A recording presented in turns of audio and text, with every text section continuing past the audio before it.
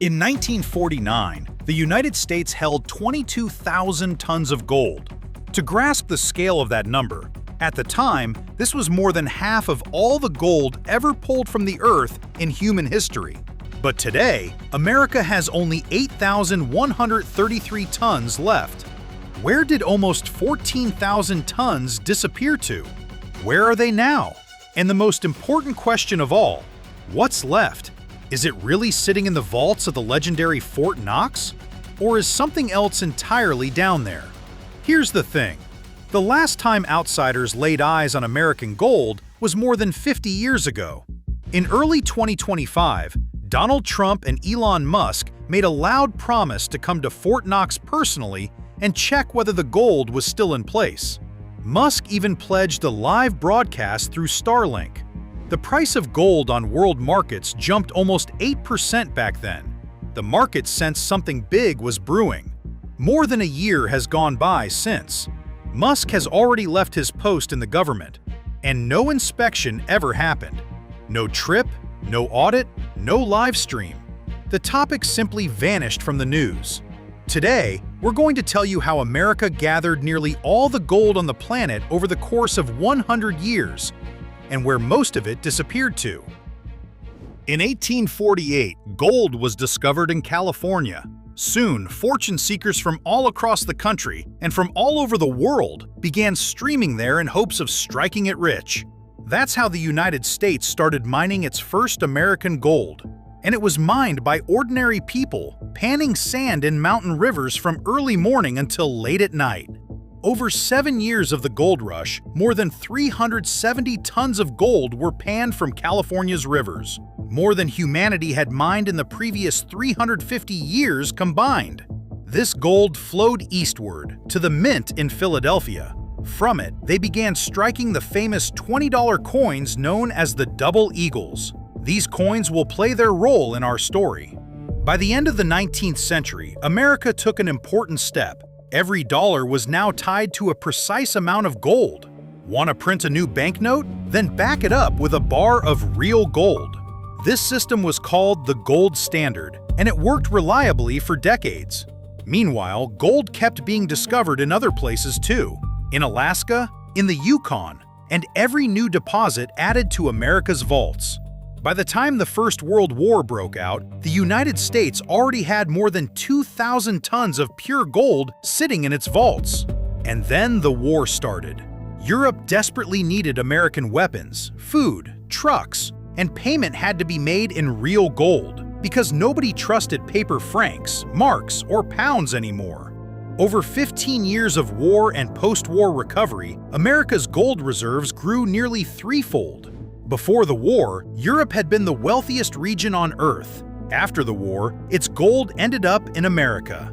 But the most massive accumulation was still ahead, and it began with one of the strangest stories in American history, the story of how the American government robbed its own citizens. In the spring of 1933, America was going through the worst economic crisis in its history. The Great Depression had turned a once prospering nation into a country of the unemployed and the destitute. Banks were closing every single day, millions of people were losing their savings, and many families could no longer feed their own children. And right at this moment, the new president, Franklin Roosevelt, made a decision that today seems almost unbelievable.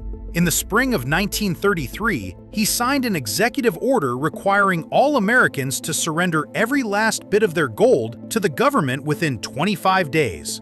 Absolutely all of it. Gold coins, bars, certificates. At a fixed price of $20.67 per ounce, no negotiation, no haggling, no right to refuse.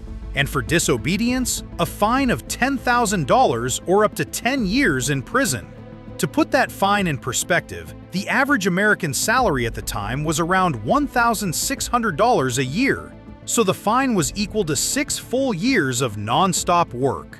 To convince ordinary people to surrender their gold willingly, the government rolled out a massive propaganda campaign. Newspapers wrote that hoarding gold was a selfish act that hurt the country's economy. Posters hung on the walls of every bank, "Turn in your gold, save America." And the propaganda worked. By the end of May, lines stretched for miles outside the banks. People brought everything they had: family savings, those very double eagles their grandfathers had panned out of California rivers, heirlooms passed down through generations. In just 1 month, Americans voluntarily handed over more than 3,600 tons of pure gold to their government. And 9 months later, Roosevelt made his second move. He raised the official price of gold from $20 to $35 per ounce. The government's profit overnight was almost 70%. On gold taken from its own people, the American Treasury earned nearly $3 billion, half the country's entire annual budget. By the end of 1934, more than 8,000 tons of gold sat in the vaults of the American Treasury. And a technical problem arose: where to store it all? In 1936, the decision was made to build a special vault deep inside the country. The logic was simple. If a new big war broke out, the German fleet might reach the East Coast. The gold needed to be moved away from the ocean, into the very heart of America. That's how Fort Knox came into being, a fortress in the state of Kentucky that became the most secure vault in the world. Walls more than a meter thick of reinforced concrete, an entrance door weighing more than 20 tons, a lock so complex that no single human being knows the full combination. The code is split between several officials. Minefields around the perimeter, round-the-clock guards. By 1941, almost 13,000 tons of gold were stored at Fort Knox, 2/3 of the country's entire gold reserve. And across the ocean, a new war was already raging. And this war brought America the biggest gold haul in its history. When German tanks rolled into Paris, into Belgium, Holland, Poland, European governments made desperate decisions. They loaded their national gold onto ships and sent it to the United States, far away from the advancing Wehrmacht. Britain went even further. After the evacuation of Dunkirk, Churchill gave the order to ship every ounce of British gold across the ocean. British warships carried thousands of tons of precious metal across the Atlantic, zigzagging to dodge German U-boats. They called this operation the largest transportation of valuables in human history. But gold wasn't just flowing into America for safekeeping. Once again, Europe was paying the United States for the war. For tanks, for trucks, for canned meat, for airplanes. Paying in real gold, because the warring nations basically had no other money left. Britain alone transferred almost $4 billion worth of gold to the Americans during the war years.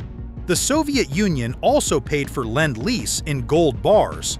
By the end of the Second World War, around 18,000 tons of gold sat in the United States. That was half of all the gold ever mined by humanity throughout its entire history. Remarkably, in the most turbulent times the world had ever known, America turned out to be the safest country for treasures from all over the planet. And this fact would shape the country's future in ways nobody could yet imagine. In the summer of 1944, even before the war was over, representatives of 44 Allied countries gathered in a small resort town called Bretton Woods in the state of New Hampshire. Their job was to figure out how the world economy would be structured after the Second World War. The chief negotiator on the American side was Harry Dexter White, Assistant Secretary of the Treasury and a brilliant economist. Across from him stood one of the greatest economists of the 20th century, the Briton John Maynard Keynes. These two men decided how the world's financial system would operate for decades to come. White proposed a very simple idea. Since the United States held half of the world's gold, let the dollar become the world's currency. The dollar would be tied to gold at $35 per ounce. All other currencies would be tied to the dollar, and any country could come at any moment and exchange its dollars for American gold. Keynes tried to push back. He proposed creating a new international currency that wouldn't belong to any single country. But Britain was effectively bankrupt. It owed America so much for the war that Keynes's voice barely carried any weight. America's enormous gold reserves gave the United States an undeniable advantage over every other country. The agreement was signed in the summer of 1944. The dollar became the world's currency. Every country was now required to keep a significant share of its reserves in dollars. And theoretically, every one of those dollars could be brought in and exchanged for American gold.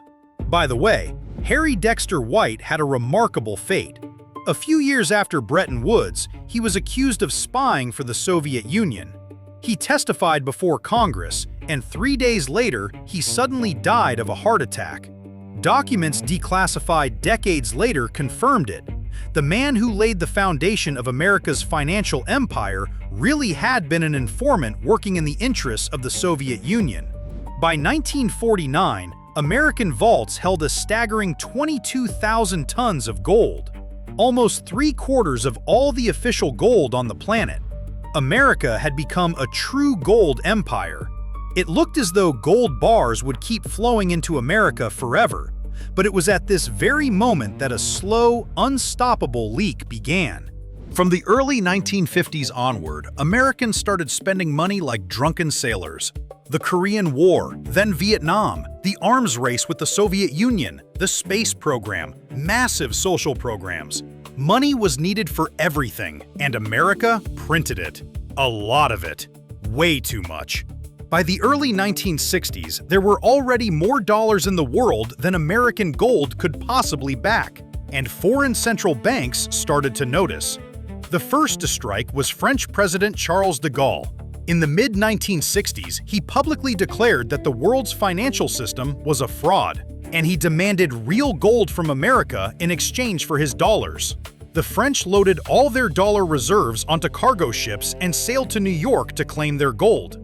Over the course of 3 years, France hauled more than 3,000 tons out of American vaults. After France, others followed. West Germany, Switzerland, the Netherlands, Belgium.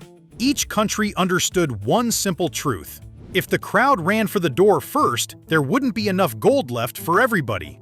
By the early 1970s, America's gold reserves had been cut nearly in half. Inside the White House, alarm bells were ringing, but nobody could yet figure out how to stop the gold from flowing out of the country.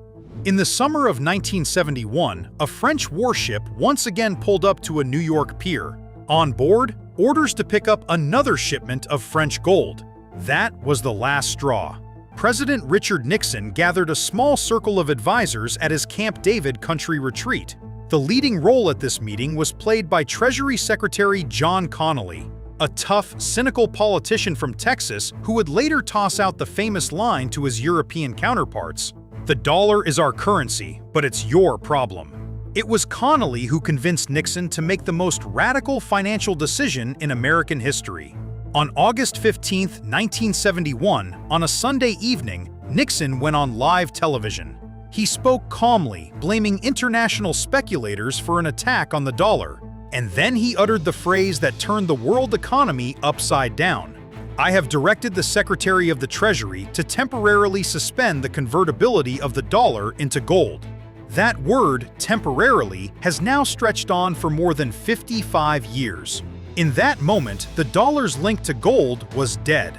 From that evening on, the American currency became just a piece of paper, its value held up by nothing more than trust in the American government. And at that point, America had about 9,000 tons of gold left, out of those very same 22,000 at the peak. And that number was the last one the world ever saw with its own eyes. The last full public audit of America's gold took place more than 70 years ago, back when Dwight Eisenhower was president. In 1974, the Treasury Secretary briefly let journalists and a congressional delegation into the vault. It was a response to persistent rumors that the gold was gone. The journalists saw the bars, photographed them, and went home. More than 50 years of complete silence have passed since then.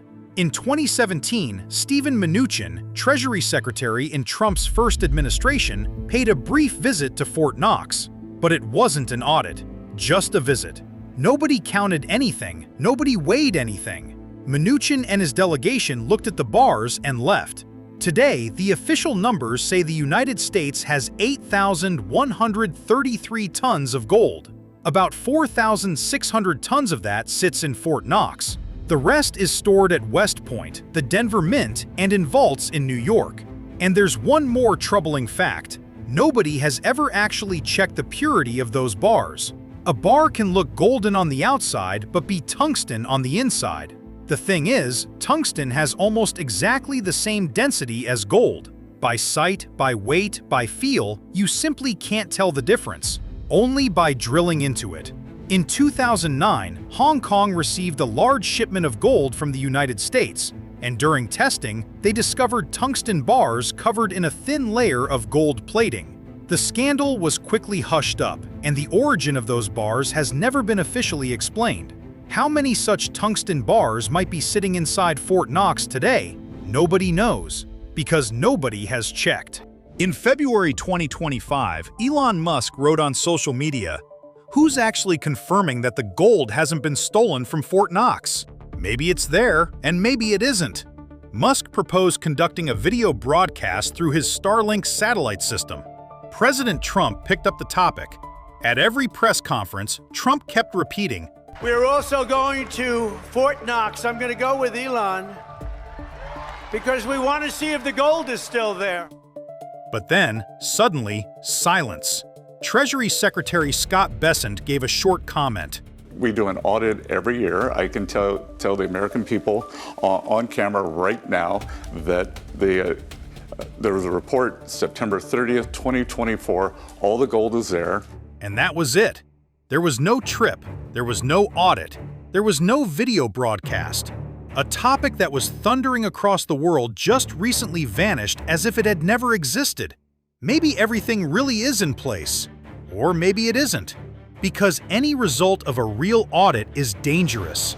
If the gold really is in those vaults, then why raise the panic and scare the markets in the first place? But if it isn't there, then the psychological foundation collapses on which the entire dollar stands, the entire American national debt, the entire world financial system. And that terrifying thought, that there's nothing real behind paper money at all, could bring down the American economy. Because as long as nobody checks, everybody believes. And as long as everybody believes, the system keeps working. And this, perhaps, is the only real rule about gold worth remembering. Friends, if you found this story interesting, subscribe to the channel. There are many more stories ahead about how money and power really work in the modern world.